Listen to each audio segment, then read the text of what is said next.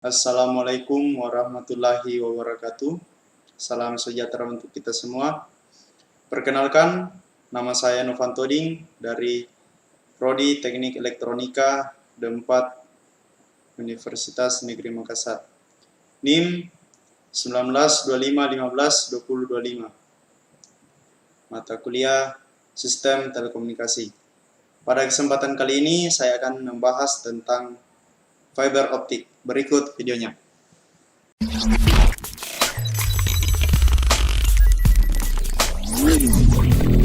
Baik, pembahasan kali ini yaitu tentang fiber optik. Fiber optik adalah sistem penyediaan akses jaringan di mana titik konversi optik berada di end user. Fiber adalah salah satu dari berbagai alternatif jaringan FTTX.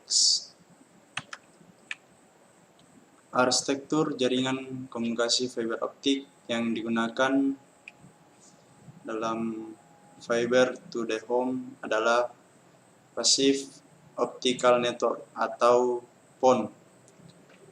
PON merupakan jaringan point to multipoint yang tidak memiliki komponen aktif selain di sisi central office atau CO dan sisi pelanggan atau user. PON merupakan teknologi terbaru setelah point-to-point fiber connection, di mana tiap klien memiliki jalur fiber optik pribadi untuk menuju CO dan Active Optical Network atau AON, yaitu jaringan yang membutuhkan komponen aktif berupa switch sebagai penyalur informasi. Baik, ini adalah perbedaan dari PON dan AON, di mana PON tidak memerlukan komponen aktif, sedangkan AON membutuhkan switch sebagai pembagi jaringannya. PON terus mengalami perkembangan sejak ditemukan pada tahun 1980-an, terbukti dengan munculnya berbagai teknologi PON, yaitu GPON, Broadband PON, GPON, dan GPON. Komponen utama fiber optik. Yang pertama yaitu Optical Line Terminal atau OLT, Optical Network Unit atau ONU,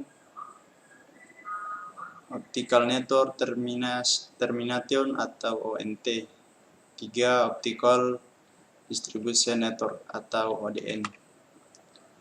Perangkat keras fiber optik yaitu OLT merupakan perangkat aktif optical network yang terdapat pada central office yang berfungsi sebagai antarmuka sentral dengan jaringan yang dihubungkan ke satu atau lebih jaringan distribusi optik. Yang kedua, ODF merupakan perangkat tempat terminal awal kabel serap optik. Yang ketiga, kabel feeder segmen A merupakan kabel fiber optik yang diterminasi pada Optical Distribution Frame atau ODF dan Optical Distribution Cabinet atau ODC yang berfungsi untuk menyambungkan kedua perangkat tersebut. Optical Distribution Cabinet merupakan suatu perangkat pasif optical network atau PON yang diinstalasi di luar sentral, bisa di lapangan atau outdoor maupun di dalam ruangan atau indoor. ODC memiliki fungsi sebagai titik terminasi ujung kabel feeder dan pangkal kabel distribusi, sebagai titik distribusi kabel dari kapasitas besar menjadi kabel yang berkapasitas lebih kecil. Tempat pembagi informasi sinyal optik, tempat penyambungan. Yang kelima, kabel distribusi. Kabel distribusi sama halnya seperti kabel feeder yang mempunyai fungsi untuk meneruskan informasi sinyal optik melalui Optical Distribution Cabinet atau ODC sampai dengan Optical Distribution Point atau ODP. Yang keenam, optical distribution point merupakan perangkat terminasi akhir kabel distribusi dan terminasi awal pengguna kabel drop. Yang ketujuh, optical network terminal atau ONT merupakan perangkat di sisi pelanggan yang menyediakan interface baik data, voice maupun video.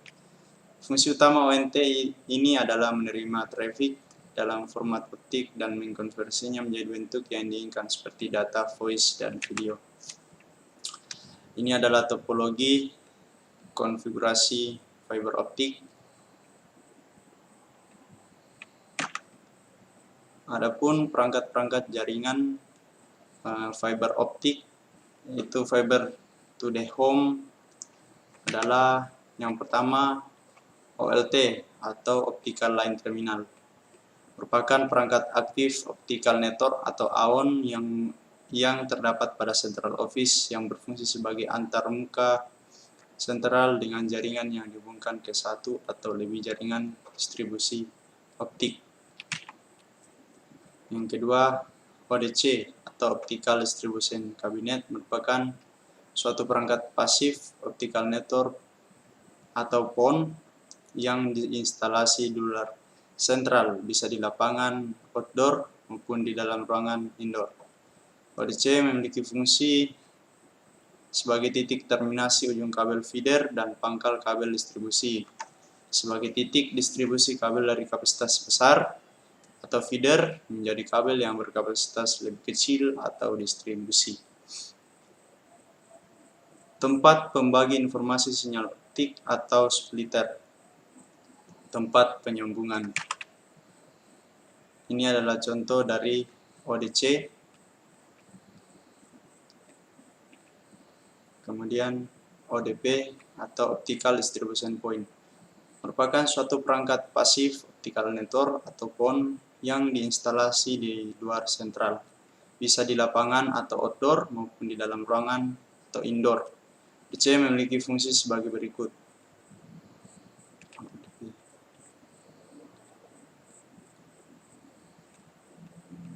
Jadi ini adalah perbedaan ODP, pedestal, dan ODP pole, outdoor dan indoor.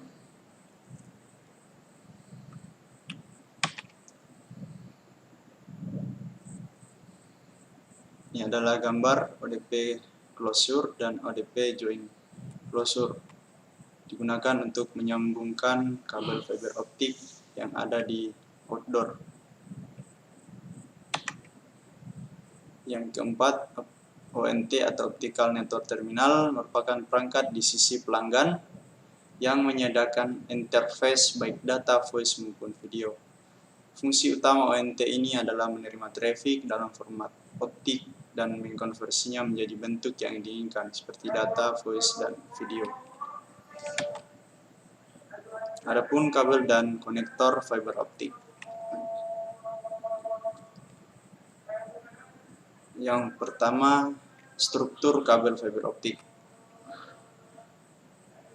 Isi dari kabel fiber optik yang pertama adalah core, terbuat dari bahan kaca yang sangat halus, berkualitas tinggi, dan tidak mengalami korosi. Bagian ini merupakan bagian utama dari jaringan fiber optik. Yang kedua, cladding merupakan lapisan yang dilapiskan pada core atau selubung core. Cladding ini juga terbuat dari bahan yang sama dengan core, tetapi indeks biasanya berbeda dari indeks core. Tujuan dibuat indeks bias yang berbeda dengan core karena cahaya akan selalu dipantulkan supaya tetap berada pada jalur core. Yang ketiga, coating. Bagian ini merupakan lapisan yang tidak ada hubungannya dengan transmisi data, namun bagian yang sangat penting karena berfungsi sebagai pelindung bagi core dan cladding. Baik, ini adalah gambar dari struktur tadi, mana core yang paling dalam dan ada cladding, coating, dan outer jacket. Jenis-jenis kabel fiber optik. Jadi ada beberapa jenis kabel fiber optik. Yang pertama adalah single mode.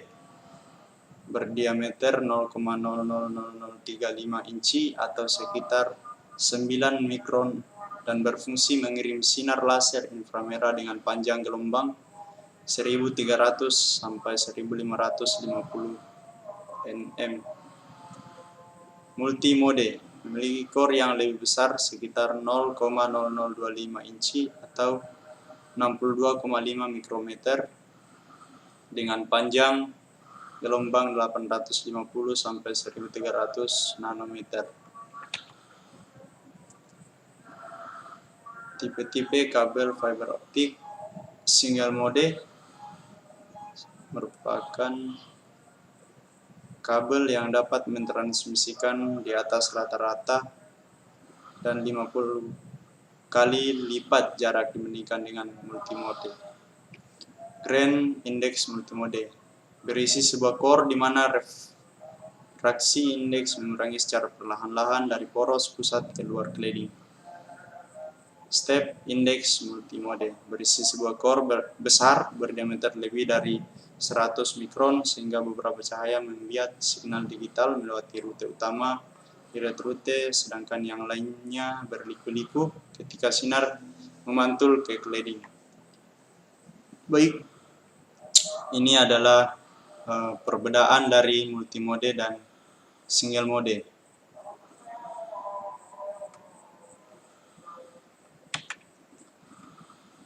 Kode warna pada kabel fiber optik. Patch cord. Kabel jenis ini merupakan kabel yang digunakan untuk jaringan dengan panjang terbatas dalam menghubungkan dua titik terminasi jaringan fiber optik. Terdapat dua jenis kabel patch cord, yaitu single fiber optik atau simplex dan double fiber optik atau duplex. Untuk membedakan penggunaan dibuatkan standar warna yang terdapat pada pelindung coating pada jenis kabel patch cord seperti pada kabel berikut ini. Warna jaket kuning serat optik jenis single mode, orange serat optik jenis multimode, aqua optimal laser 10 GB 50/125 km serat optik multimode, abu-abu jenis ini sudah tidak lagi digunakan. Biru kabel jenis ini masih kadang digunakan dalam penggunaan perancangan fiber optik. Kabel multifiber. Identifikasi yang digunakan dalam Corning kabel sistem menggunakan standar AEA TEE 598. Standar ini menjelaskan tentang identifikasi fiber, jaket fiber, fiber unit, dan grup dari fiber unit. Adapun kode warna pada kabel multifiber.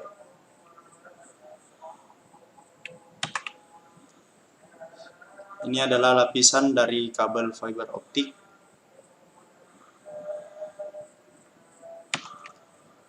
Jenis konektor fiber optik. Yang pertama, fiber konektor. Digunakan untuk model kabel single mode dengan akurasi yang sangat tinggi dalam menghubungkan kabel dengan transmitter maupun receiver.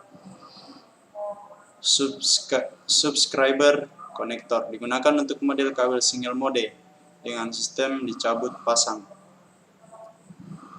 Strike tip bentuknya seperti bayonet berkunci, hampir mirip dengan konektor BNC, sangat umum digunakan baik untuk kabel multimode maupun single mode. Biconic, salah satu konektor yang kali pertama muncul dalam komunikasi fiber optik. D4, konektor ini hampir mirip dengan FC, yang hanya berbeda ukurannya saja. SMA, konektor ini merupakan pendahulu dari konektor ST yang sama-sama menggunakan penutup dan pelindung. Namun seiring dengan berkembangnya ST konektor, maka konektor ini sudah tidak berkembang lagi penggunaannya. Yang ketujuh, E200. Ini adalah perbedaan dari konektor-konektor yang telah disebutkan. Baik, dalam memotong kabel fiber optik digunakan alat supaya dapat rata seperti ini.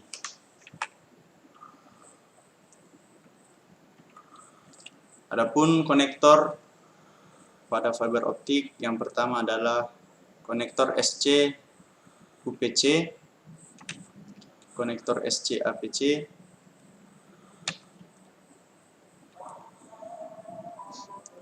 ini adalah perbedaan dari konektor SC UPC dan SC APC, yaitu dilihat dari ujung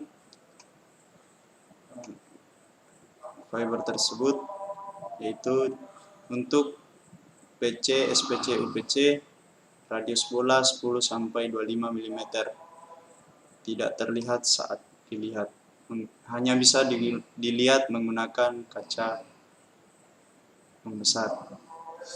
Untuk jenis konektor SC-APC dipoles pada sudut 8-9 derajat dapat terlihat. Shock atau spice on connector biasanya digunakan untuk menghubungkan antara core fiber menggunakan splicer. Fast connector atau biasa disebut dengan konektor buaya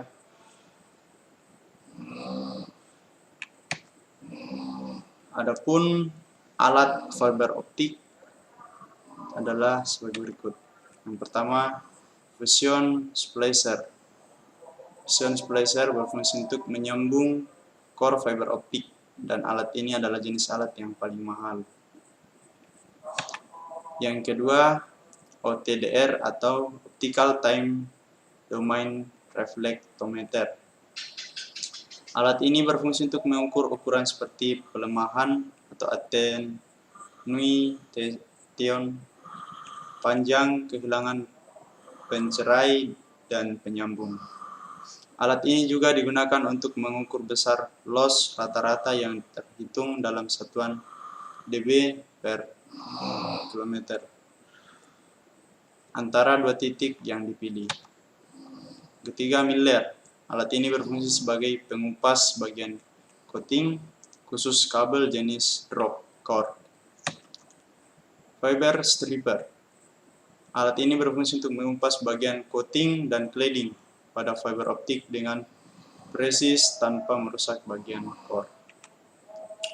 Fiber cleaver merupakan alat pemotong core fiber optik saat kulitnya sudah dikelupas. Proses pemotongan core kabel fiber optik harus menggunakan alat ini supaya serat kaca terpotong dengan rapi. Ini adalah bentuk kesalahan pada pemotongan core fiber yang tidak menggunakan fiber cleaver. Jadi yang benar adalah yang keempat. Visual Fault Locator. Fungsi alat ini untuk melakukan pengetesan pada core fiber optik. Cara kerja alat ini dengan memancarkan sinar laser berwarna merah. Alat ini sering disebut juga laser fiber optik atau center fiber optik. Yang ketujuh, Optical Power Meter. Berfungsi untuk mengukur kekuatan sinyal optik. Pengukuran digunakan untuk menentukan loss atau rugi kekuatan cahaya pada saluran serat optik. Adapun pengukuran cahaya redaman dalam lambda 1310, di mana apabila dia berada pada minus 23 sampai minus 25 itu bagus, dan apabila berada pada minus 27 sampai minus 29 itu buruk. Jika dari OPM ke OLT, angka ideal dari minus 15 sampai minus 27. Jika dari OPM ke media converter, angka ideal 1 sampai minus 27. Baik, sekian materi dari saya. Kurangnya mohon dimaafkan. Terima kasih. Assalamualaikum warahmatullahi wabarakatuh.